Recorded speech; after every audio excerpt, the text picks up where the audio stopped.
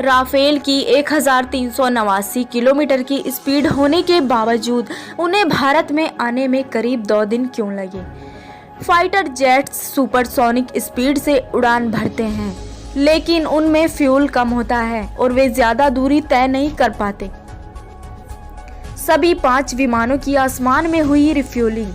ये नए राफेल लड़ाकू विमान हैं, इसलिए उनकी सर्विसिंग और मेंटेनेंस को जांच परखना भी बेहद जरूरी है।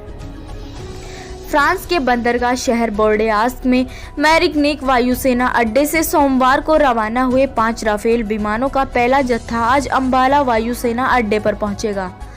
ये विमान आज दोपहर 1 से 3 बजे के बीच अंबाला पहुंचेंगे। 5 लड़ाकू विमान करीब 48 घंटे के बाद भारत पहुंच रहे हैं।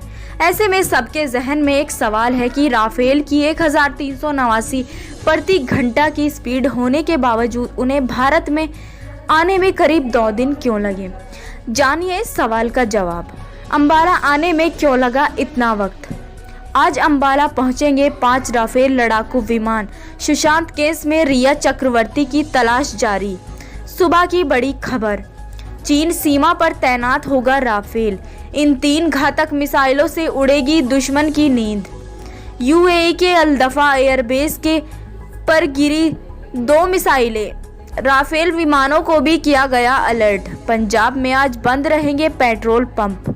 बड़े टैक्स के खिलाफ पंप मालिकों ने किया फैसला। जानिए कश्मीर के हिलाल बलिया के मनीष के साथ राफेल लाने वाले जांबाज पायलटों में कौन कौन शामिल है। दरअसल ये विमान फ्रांस के 7000 किलोमीटर की दूरी तय करके आ रहे हैं।